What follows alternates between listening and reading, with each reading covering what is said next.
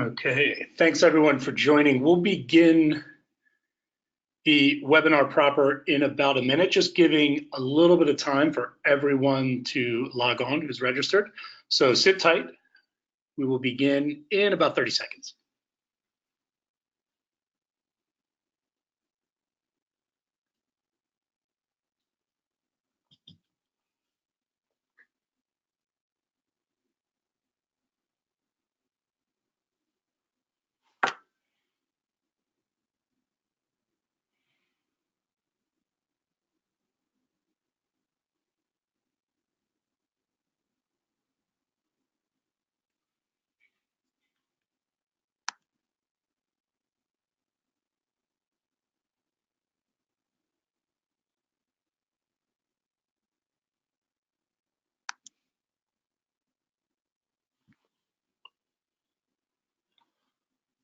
Okay, well, welcome everyone to today's CRM Blueprint Series webinar. This one's entitled Transforming Customer Relationships. We've got a great customer with us. This is all about Tetley Harris's journey from spreadsheets to CRM. So let's jump into it, shall we? Okay, who's going to be speaking with you today? Okay, well, I'm here. I'm Martin Schneider. I'm the resident product expert on CRM here at Sugar. Trevor McSwain is going to be telling his story. He's the regional sales manager at Tetley Harris. Trevor, great to have you with us.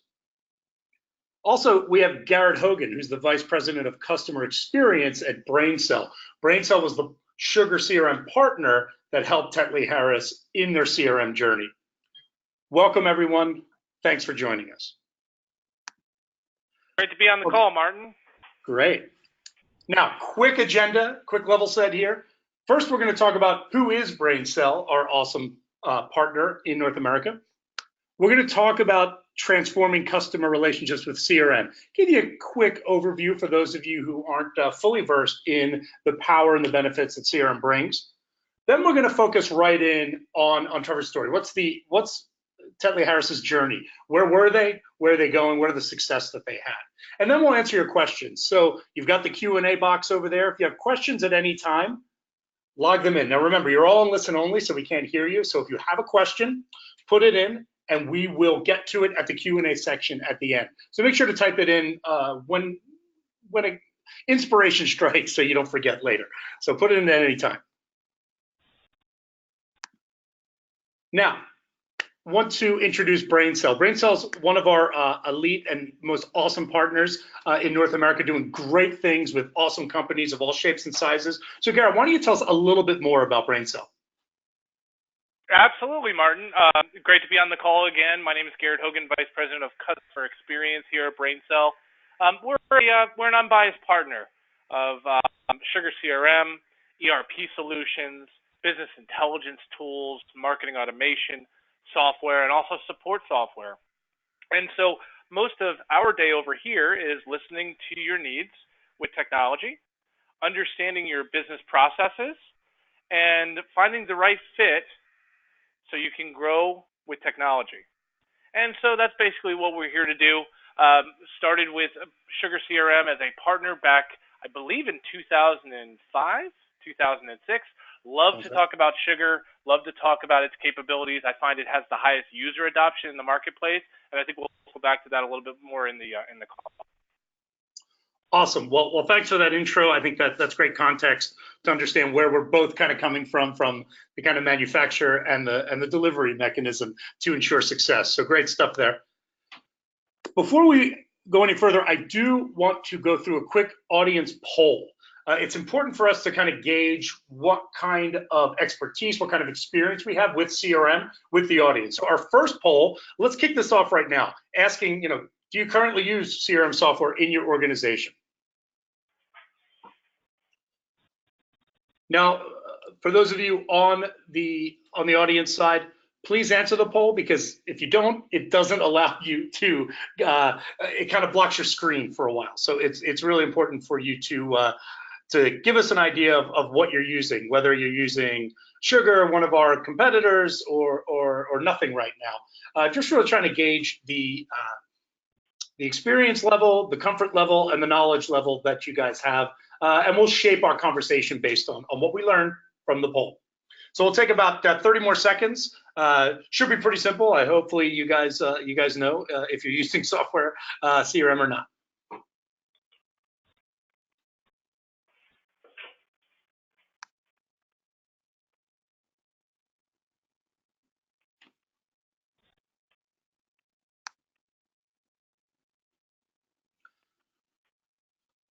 All right, now let's close that poll. Looks like we've got a good amount of things there.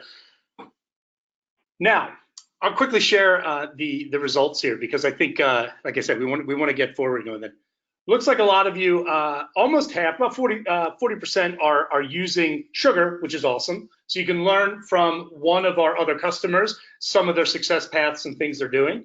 Looks like some of you guys are using some, about 40, almost half are using something else, which is great. Hopefully you're interested in migration or learning how Sugar can bring some unique benefits you might not be getting. And then the rest aren't using, about 20% aren't using, so 1 in 5 of you guys. I hope this is really educational for you. We'll try to keep it fairly simple for you guys and keep the terminology really self-evident in terms of what we're doing. All right, great. Now moving on, I want to ask another quick question, because if you are using something else or using nothing, which is more than half of you, are you planning to implement a new CRM platform? But think about it this way: are you planning on implementing or expanding CRM? Think of it that way as you go. So let's kick off the second question real quick.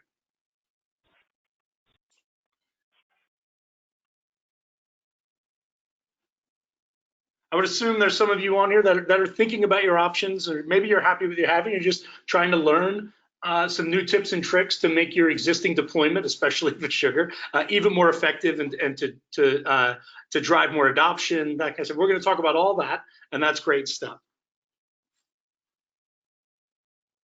See how the progress is going here.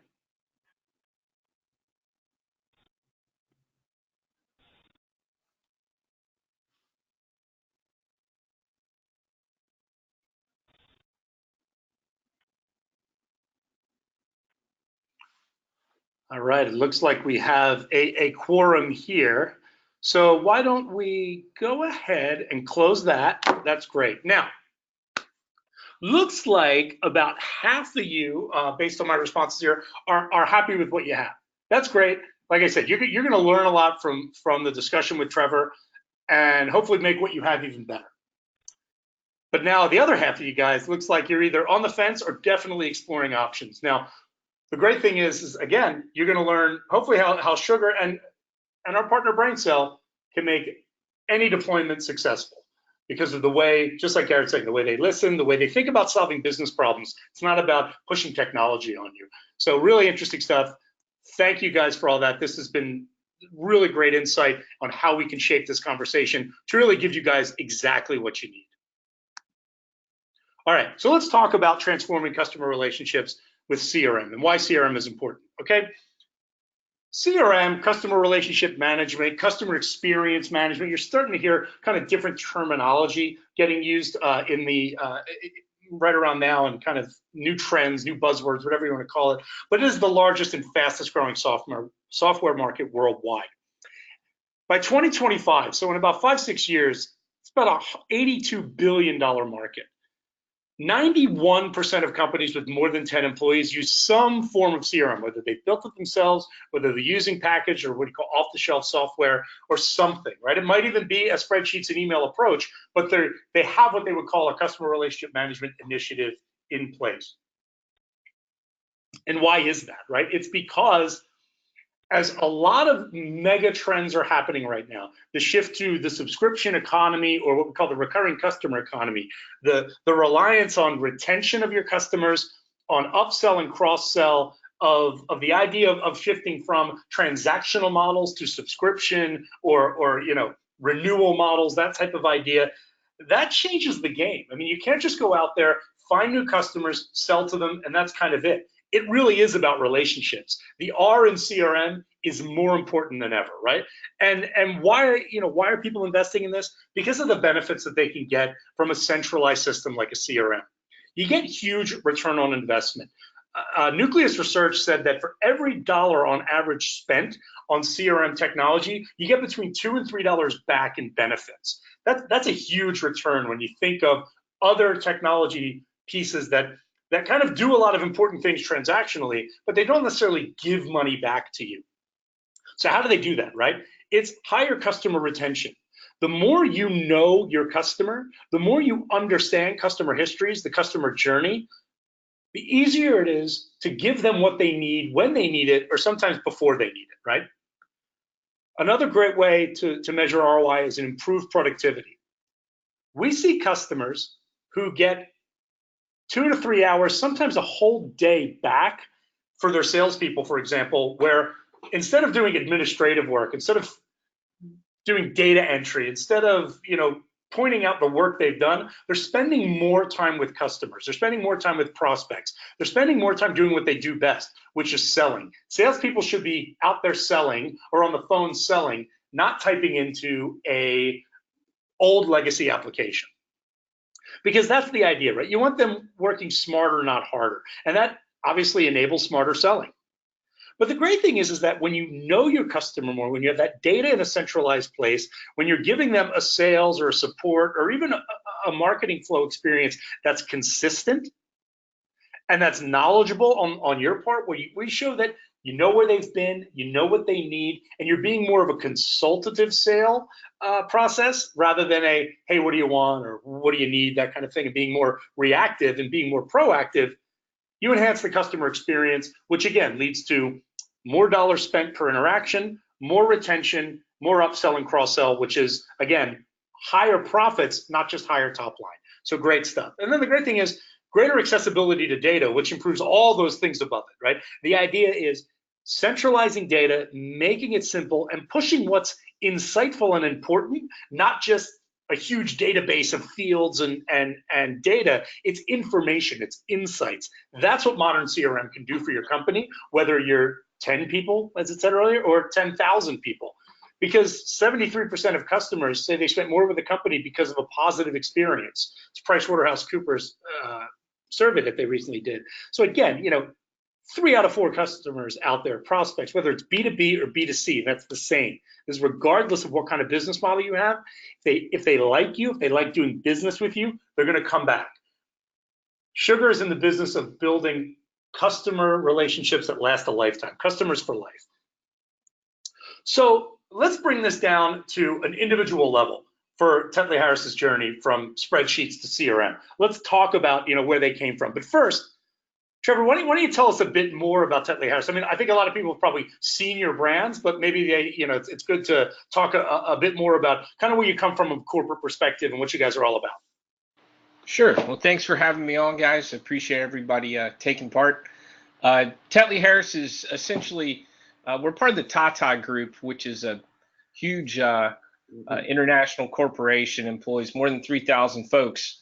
But Tetley Harris is the food service arm of Tata in North America. So what we do is we specialized in brewed coffee, brewed tea. It's kind of our wheelhouse, and we also manufacture ready to drink items, cans and bottles, things like that. We're the largest private label tea packing company in North America, and we operate out of 3 facilities, California, Georgia, and New Jersey. Awesome. So essentially, if you're going to go get a beverage at your favorite diner down the street, or maybe even a national branded restaurant, there's a pretty good chance that you're drinking a tea that's manufactured by us, even if it doesn't have our name on it. Awesome. That's really cool. I always remember the tiny little tea leaves that was the ad I had growing up. Now, so tell us a bit. This is a big company. How long have you been with Tetley, and what was your familiarity with CRM before you came to Tetley? So I've been with Tetley for coming up on 3 years now. Before I was with Tetley, I was with Starbucks, and then after that with Kraft Foods. And my experience with CRM, primarily with Kraft, was we had a custom in-house system at first, which was a little clunky. to say the least, and a bit outdated. And then during one of the variations of, I don't remember which merger it was, to be honest with you, we switched over to Salesforce. And I experienced the launch in that and was one of I was the region coach, I guess you would say, for our region. So if when we were training folks on the platform, I would kind of take the lead on that. And then if anybody had questions during the work week about how do I do this or where do I go to find this report, I was the guy who knew how to tell them to do that. Gotcha. So when you came to Tetley, what were they using? I mean, you kind of come in, new company. What's the situation? It looks like you had some, a fair familiarity with CRM and what the benefits are. So what happens when you come over to Tetley? Yeah, I was a little bit shocked. My first week, they said, look, we're really good at a lot of things, but we're horrible at organizing our customer information for the Salesforce. And so I said, okay, well, let's look at what you got. And I got a Excel file that had 10 tabs on the bottom with everybody's last name was on each tab. And each spreadsheet was sorted differently. And it was a list of across all the tabs, about 100 customers. And some of them were current customers. Most of them were targets that they were going after, and just random notes that were often, you could tell that some of the folks didn't know how to use the filters correctly on Excel. So it was kind of a mess. and so they asked me to start looking into CRM systems, and kind of went from there. Was this even in a cloud basis on a Google Drive? Is this something they're handing around through email? I mean, how is this centralized or even understood of time? I mean, who's changing what? I mean, how did that get managed? Just imagine the worst possible scenarios with misusing save and save as that you can possibly imagine. Yeah. You got proliferation of ones. You don't know which one's the version of truth. All those problems you can imagine, right? Correct. Oh my gosh. So it becomes pretty evident pretty early, and it sounds like they kind of recognized they needed something. They knew they weren't good at that. So what are the kind of main drivers? I mean, what were the kind of feature capabilities? I mean, what was going on in your head when you're thinking of, all right, what do you got to do? What's your early quick wins that you can do here? So we needed something that was the admin side of it was something that someone like me could do. I'm a computer novice, right? So I knew what I needed the CRM system to do, but if I was going to have to manage the back end on a daily basis, then I needed to be able to do that without someone with an IT degree, calling them every day and bugging them. So that was number one. It really needed to be something that could be as simple or as complex as we needed it to be.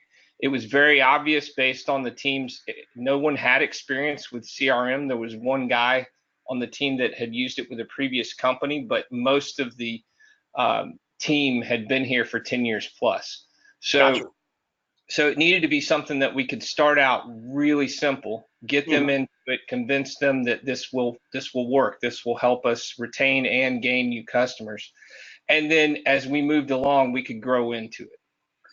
Of course. I mean, yeah, it's we always say, try to find that person who's been there the longest and hates change. And if you get them first, but we'll talk about adoption in a bit. So you've got a kind of loosely kind of coupled idea of your drivers, your capabilities, what you want to do in a project. So what's the vetting process and how you found Garrett and BrainCell? I mean, how did that come about? So the next step was I sat down with our president of our division, and then the VP of sales, and just asked them what they wanted the system to be able to do, how they wanted to use the system from the management perspective, and covered off what I thought salespeople should be doing on a daily basis, as far as what data was pertinent that they enter and what was just busy work, because I had experienced systems where it was garbage in, more than anything.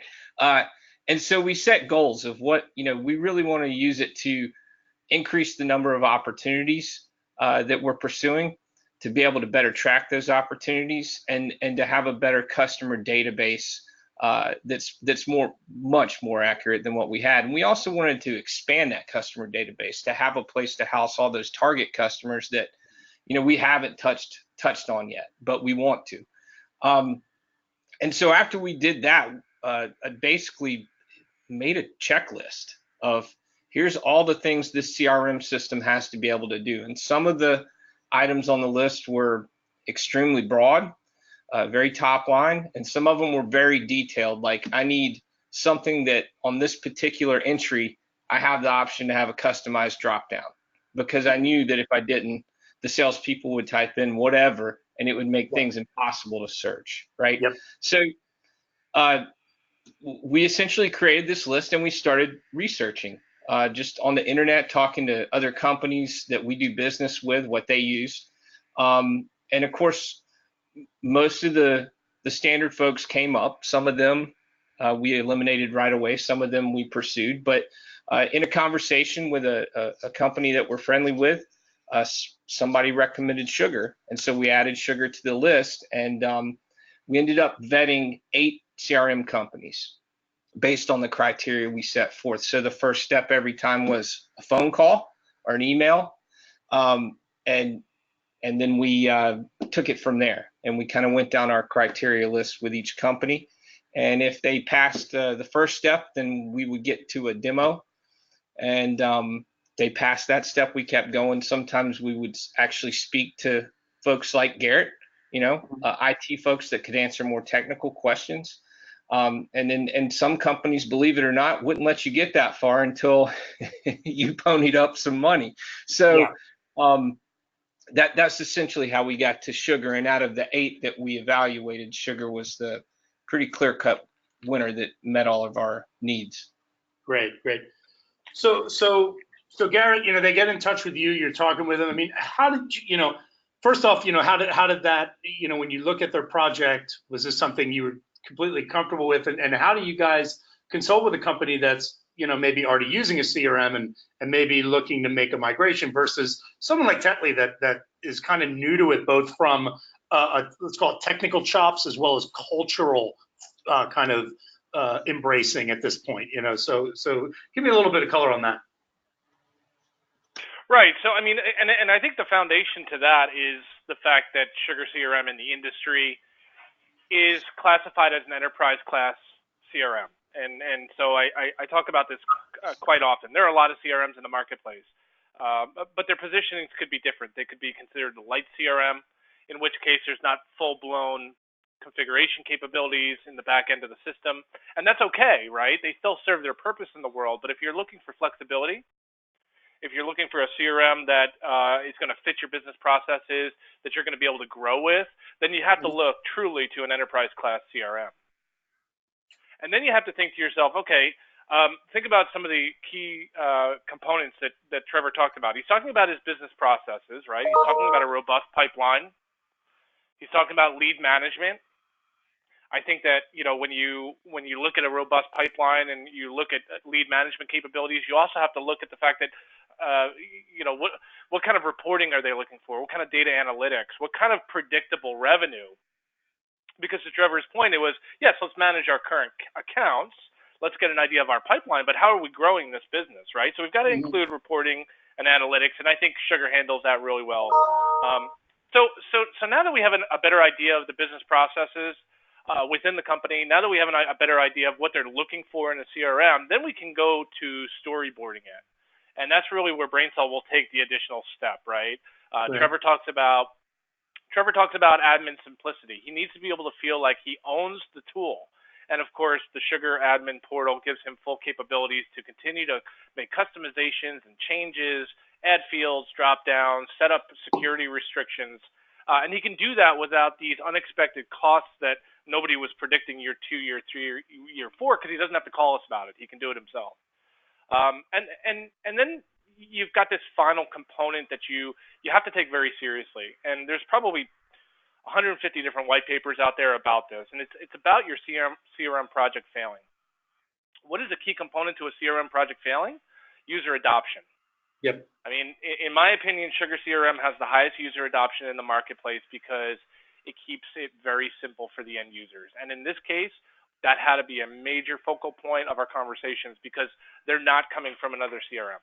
If they were, okay, maybe you grade it down a little bit. But in this case, what's going to be the big win for Trevor is getting these users to use it. So we talked about user simplicity and how to start with something and then grow with it. And that simplicity could be right out of the box, just the little plus buttons in SugarCRM. It was also, I think, things like the, out of the box Outlook plugin, right? A nice little crutch to get their users using it if they're constantly in Outlook. Users get on the road, mobility, access through tablets. You take all that into consideration as you storyboard the solution, and that's basically the journey we went through. Great. So let's talk about this process, Trevor. I mean, you're vetting. You found BrainCell. You kind of discovered Sugar. So let's talk this. I know you've provided us this really nice kind of chart here of almost like a scorecard. Can you kind of walk us through what's on the screen here and kind of talk about this process and your vetting through to implementation and what was kind of going through your mindset here and how your comfort, if not your enthusiasm for Sugar kind of built through this? Yeah, absolutely. So if you you see my kind of really, my wife calls it my OCD coming out at work here, but if you look at this list, you'll see on the far right column over there, it's all green, right? So we basically we had red, yellow, and green, right? Red meant that the system could not do what we needed it to do on one of these questions. Now, that didn't automatically disqualify anybody. Some of these things were nice to haves, some of them were must haves, right? Yellow meant the system could do it, but on the admin side, I was going to have somebody help me implement that. So green meant the system out of the box, even though it may take some customization through admin, can do what we're asking here. And out of the 8, Sugar was the only one that answered every question with a yes, we can do that. And to be honest with you, even though Allie and Garrett were super nice folks and really helped me out when we were having our initial discussions, as a salesperson, I know I tell people all the time, yeah, we can do that, right? So, and then I'm figuring out how to scrambling in the background. So I was still pretty apprehensive about, well, when I get into this, what's it really going to be like? But what I can tell you is with BrainCell's help that everything you see on the checklist here, I really was able, and I still am able to do all on my own as far as the functionality, the setup, and all that. That's great. So worked out fantastic.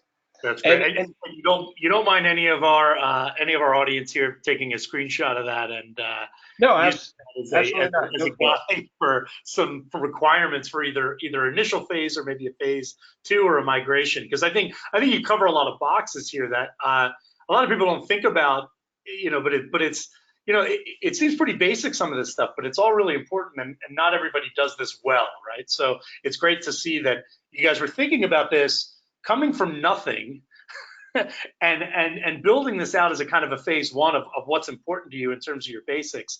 There's a lot of stuff here, and we're happy that we ticked all the boxes, but some of this might differ for everybody else, but taking the priorities and weighting this is really cool. I mean, it looks like we did pretty well with about a 92%, which is pretty awesome.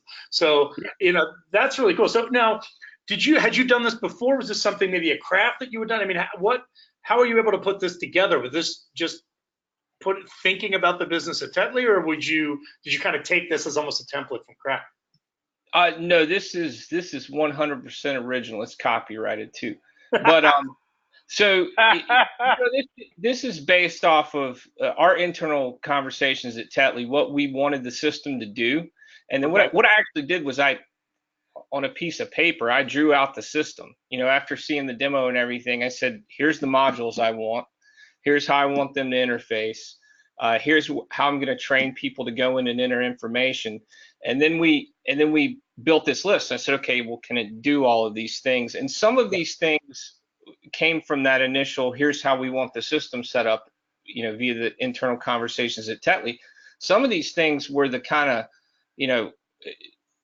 my boss and the president of our company, they were like, I don't understand what this one means. And I said, trust me, we needed to do this because it was from previous experience with systems.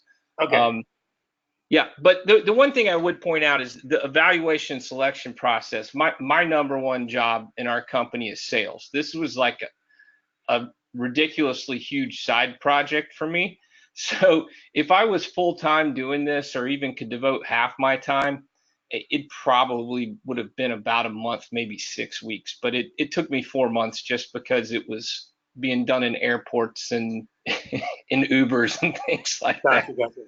So I mean, that leads me to a question for Garrett. I mean, what are some of the considerations companies should keep in mind when they're implementing new software, especially around kind of time and scoping and things? What are some kind of tips and tricks to make sure that they stay on track and are successful when they're doing this?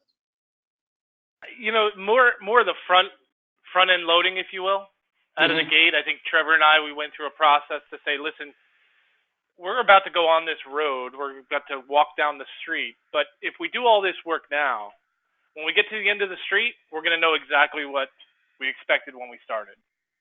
So the more work you do, Trevor, as you can see, was great with documentation. I love to use, and they can be very simple depending on your use case, but I love to use project planning guides just to document and put all that detail and make that effort in the beginning to lower the risk of the project, to have a very satisfied customer, and also to identify what your milestones are going to be and your timeframes are going to be, right?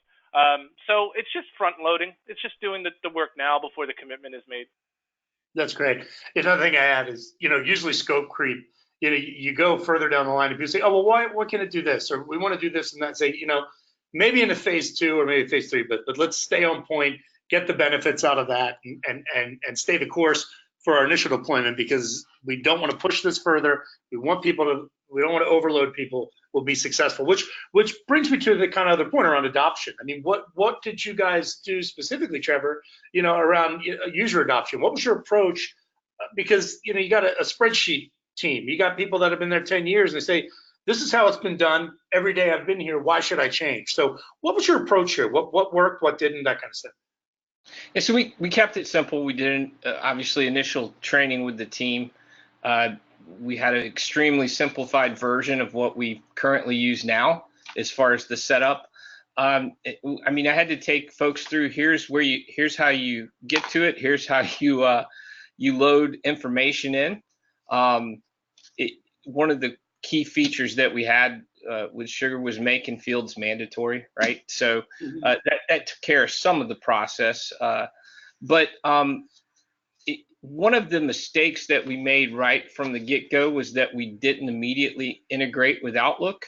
As soon as we did, I can tell you that the user adoption kind of went through the roof. So before that, it was awesome for a month or two. There's this new toy, then it kind of faded. And then we integrated with Outlook. It got better. We've continued to add to the system. We added all the automation features now. When somebody enters an opportunity, their manager gets an email with a link to the opportunity. They get an email with a link to the opportunity. We've actually added a section in there where our support staff who work on projects like pricing and developing P&Ls for opportunities, we can go in and enter a project that says, I need a P&L for this SKU. Here's a link to the opportunity, and they get an email immediately. So it's improved our process. At the same time, when that happened, our activity in Sugar went up tremendously, and we've seen good results from it. Great. So Garrett, I mean, we're a manufacturer of software. You can do anything with Sugar, right? So how do you, as the partner, help them drive adoption on the things that aren't quite 100% technology? I mean, you can train people on how the thing works, but in process and other things, where does BrainCell come in with that? I mean, how do you guys have that consultative approach? Well, I mean, really, it comes out organically through these discussions. Some of the things that I'm looking for when it comes to, again, and because you're talking about risk in a project and an adoption. So think about how Trevor approached the project from his end. That's management saying we're going to position this system in such a way that we're going to enforce and we're going to stand behind usage of the system, right? So it comes down from the top, and so you could take that off your list and say, okay, we've got management enforcement of this new tool.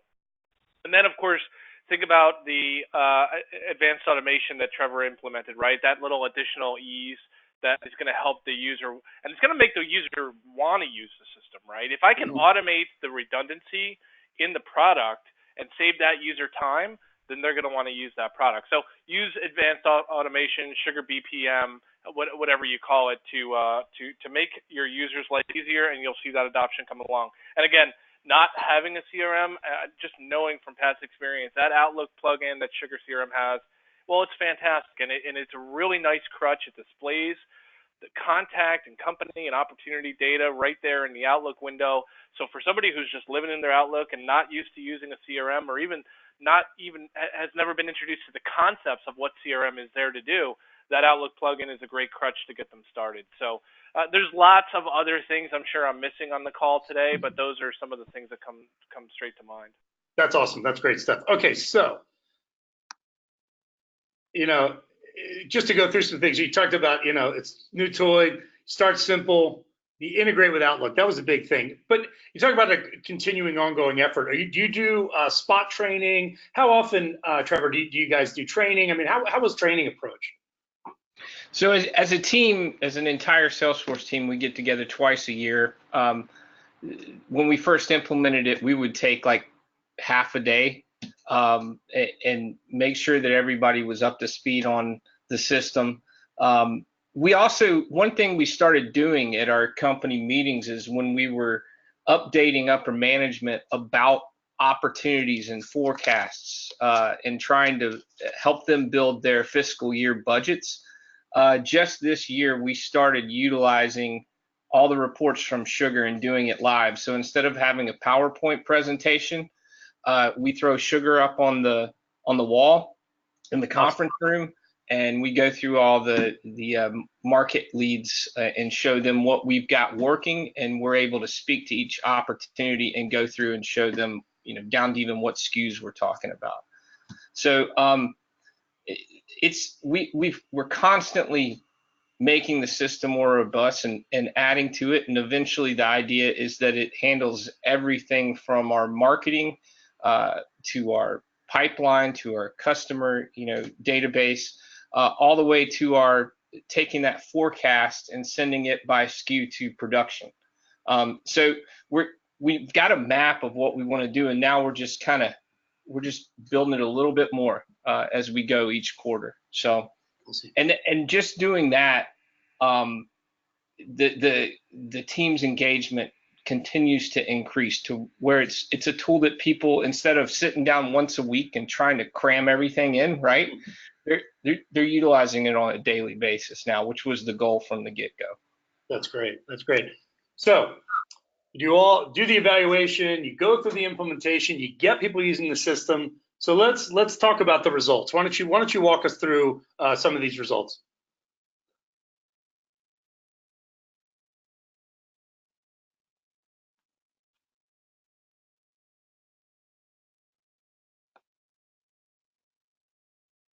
You still got you, Trevor?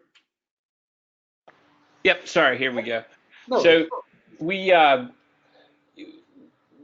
about 100 working, what you would call, accounts that were really more of we were engaged with, or they were targets. We weren't really currently selling cases to them. We actually had a lot of accounts beyond that. But that was kind of our go after list, right? And we increased that to now there's over 1,200 accounts in the system that we are either targeting or we are in talks with to start moving cases and new business with, right? We had a kind of a pretty sorry, like I said, with the Excel spreadsheets, but it was kind of almost pathetic, really. we had 10 or 12 opportunities that would get worked a year, right, per person. And it wasn't because those people weren't good salespeople. It was because it's really hard to go after the $50,000 customer a year and that $5 million customer a year and keep everything organized. So what was happening was a lot of those smaller and medium-sized customers weren't making those spreadsheets. Everybody was swinging for the home run, right? So what Sugar allowed us to do was not only increase all the accounts that we were keeping track of, but also, maximize the amount of opportunities that we go through. So we have in our goals with our corporate, each person has to keep 10 open opportunities at all times. So if they close win or close lose one, they better have a target to put back in there. And now instead of 10 or 12 a year, each person burns through probably closer to 75 or 80 opportunities a year. And since we started, we've opened and closed 400 new opportunities with utilizing Sugar. That doesn't mean we won all of them by any means, but we at least went out and engaged the customer and took the swings, and that was not happening anywhere near that rate before. That's awesome. It sounds like a productivity gain that's just off the charts, which is really, really cool. Which leads me to, what's next? What are you guys going to do next? So, kind of touched on it earlier. Our goal is to eventually use this from front to back, from everything to marketing, all the way to the cases being produced at the factory. The system has that capability, and we just continue to build on it. That's awesome. That's great. I know we're going on. So when you look at these results, Garrett, I mean, is this what people see in the kind of scope? Is this common for what you guys do for your customers using Sugar? This is common. This is common. We are here for the long haul with our customers. We're here to support them and watch them grow. And if they're not growing with the technology, we want to understand why and help them improve that. That's given me the opportunity to have customers that, I have customers that go back to 2005 that I've been working with for well over 12 years, 14 years now. So we're here to support them on this little journey that they go on with the technology. And again, because I think the foundation of our initial conversation is about the platform itself and its extendability. I always go into these types of conversations with a lot of confidence that Sugar is going to be able to fit the needs that come across our desk. It will not make the tea, though. That's right. We can't get it to do that. But right. Yeah, maybe with Internet of Things, and something's going to happen. We'll figure it out. That's awesome. This has been great. I do have some questions, so I wanted to get to those while we still have time. One of the ones came in is, how do you know which opportunities or accounts to focus on? It says, what metrics or what KPIs? Thanks. So is there any way that you guys are either today or maybe in the future looking at how you prioritize or what you want to focus on? I know you talked a bit about the kind of meeting that you have. Is that how you're doing it today? I mean, what's the prioritization in the list view, so to speak, that you guys are working on, Trevor? Sure. So we deal with a lot of different types of customers. So we organize customers by the type of customer, whether they're a distributor, whether they're a retail restaurant on the street, right? And then there's more than that, but I won't bore you with that side of the business. Then we drop them into buckets of who is a target. That means we're not talking to them yet, but we want to. Who is engaged? That means that we're talking to them, and if I go in that account, I better see an opportunity listed in there, right? At least the start of one. You might not have all the information, but there should be an opportunity tied to an engaged customer. And then active. That means we're sending them product and they're sending us money, right? And then the secondary the way that we quantify them by, a lot of people call it tier 1, tier 2, tier 3. With the way that our business works, the more points of location somebody has, the more tea that they're going to sell, So Got we it. just quantify them by the size of their organization, right? So we've got national accounts, regional accounts, small chain, and then what we call mom and pops. Very cool. And that's kind of, was that part of that? I noticed on the chart that we saw earlier in the presentation, there was a scoring mechanism of 1, 2, 3. Is that what you're talking about there, kind of? Yeah, that's what we started out with, just to appease management. There was a lot of conversations about what terms we should use. I just ended up using what I wanted to, and then they adopted it. Gotcha, gotcha. Great. Another question we have is, again, we're talking kind of a soups and nuts thing. So, were there any budget blindsides throughout this process that kind of took you by surprise? Absolutely not. And that's one of the reasons I didn't have a budget coming into this. I was given rein to go after whoever I wanted to go after. They said if if it ends up being Salesforce, which I knew beforehand and found out for sure during the interview process that was a much more expensive system. Yeah. And so anytime you request help or changes and that kind of thing, it can add up. One of the things that Sugar provides is that user rate per year. We send our money for the licenses for the number of users we have, and then not only the online support that you get access to, but also if I got a question outside the scope of that, I can't figure it out, I call Garrett. I've never received a bill for anything. So I don't know if he's got them stacked up on his desk or something, but it's been a couple years now, and so far nothing. It's value add. That's value There add. you go. That's awesome. Another one's the most important benefit in your eye and what you measure. What's the thing that I guess makes you either the happiest or what you care the most about in terms of the benefit you're getting out of the system? We've sold a lot more product in the past 2 years. We've gotten a lot of new sales. You're constantly. It's always easier to keep a customer. Everybody knows that. But no matter what you do, especially in our business, you're always going to bleed, right?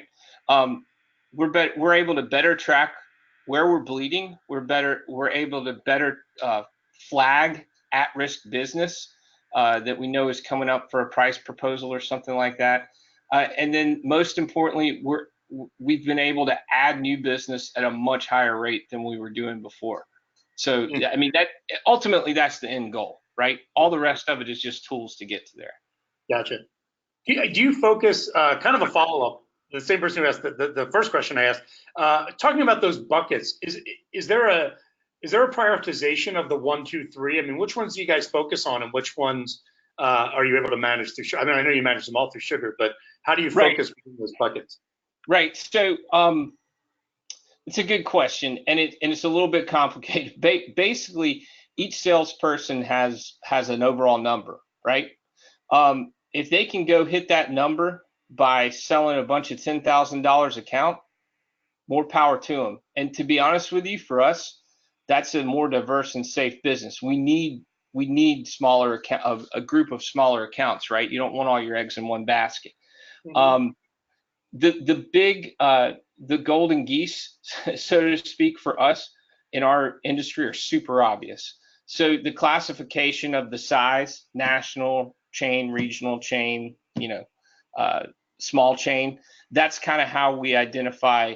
They're not necessarily who's most important, but what's the biggest opportunity out there right now. And what I can tell you is you don't want anybody just to have those, the big guys, the national guys. That's what we did before, and it didn't work. Where we've picked up business was identifying those medium and smaller customers, pursuing them and gaining their business. One of them's not going to move the needle, but when you start getting 20 or 30 of them, that's as big as one of those huge customers, right? And it's more diverse, so it's less risk. Yeah, I mean, that's always great. I mean, if you can keep your churn percentages down no matter what, but you have more customer base to start with, your net churn and lost revenue is obviously always going to be smaller, right? So smart thinking, and obviously being able to manage that increased volume with something like a CRM system makes that even easier and drives the productivity, so people don't feel like they're wasting time trying to meet their quota with a bunch of little ones versus one big one, right? So you're kind of giving them the incentive to help the company and help themselves, right? That's right. That's awesome. That's great. Okay, I think we have one more question that is an actual, okay. I feel like this person is probably one of the 45% that was using Sugar. He's saying you're moving into lead management. Are you looking to use Sugar's new lead capabilities for that? I guess this person has heard about our Sales Fusion acquisition. Is that something that you're looking at? Is there something else? You know, as Braincell said, they're unbiased. So what are you looking at as you go into lead? Is there a specific provider you're looking at, or what? That's we've looked at it, right? But that's not something that we've gotten to the step of, okay, we're getting ready to implement this. But what I would say is every time when we needed to implement Outlook integration, right? I just call Garrett and say, hey man, here's what I need it to do. Point me in the right direction. Yeah. So I would say leaning on Braincell for that is a good place to start.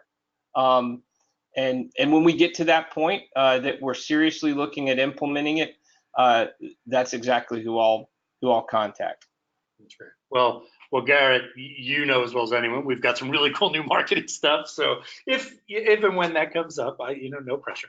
But that's the beauty of Sugar, to kind of answer the question is, you can leverage our lead management and marketing automation or not, right? We're an open integration platform. So if the Outlook tools or the email stuff that people wanted to use was something else, we can make that work. We have partners that do that, and Braincell works with them as well, not just ourselves. So that's for those of you who aren't using Sugar, and many of you do, you might not realize that. I mean, we are absolutely agnostic when it comes to a best of breed approach. If you want the one vendor to choke, so to speak, we can do that for you. But obviously, it obviously best of breed support that as well.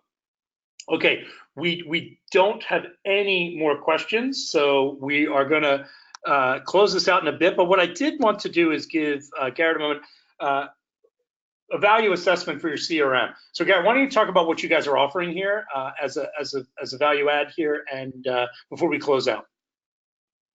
Sure, absolutely. So here at Braincell, we're always happy to take those additional steps to evaluate your current CRM product, to get a better understanding of those processes that you're trying to achieve through the tool on a day-to-day basis. So if you'd like, feel free to reach out to us. Perhaps you don't have a CRM right now and you're in the middle of an initiative. We have a number of account executives here who are willing to talk you through this CRM selection or vendor selection process, however you've called it. And of course, if you're struggling with your CRM, don't hesitate to reach out to us either. We're here to assess that and to help you get the adoption that you're looking for and the results that you're looking for. So give us a call at any time, and we're happy to set up some time to talk with you in more detail about your needs.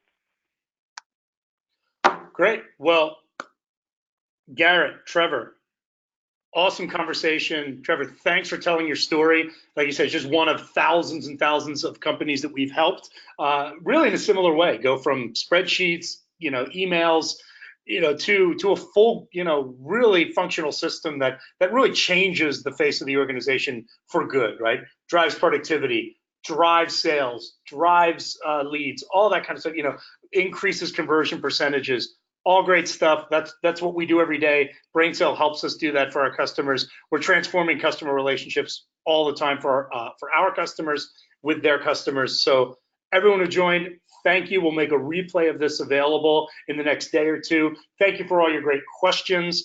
And this is a series. So as always, look for next month as the Blueprint webinar series continues. I'm Martin Schneider. Thanks a lot for joining. See you next time.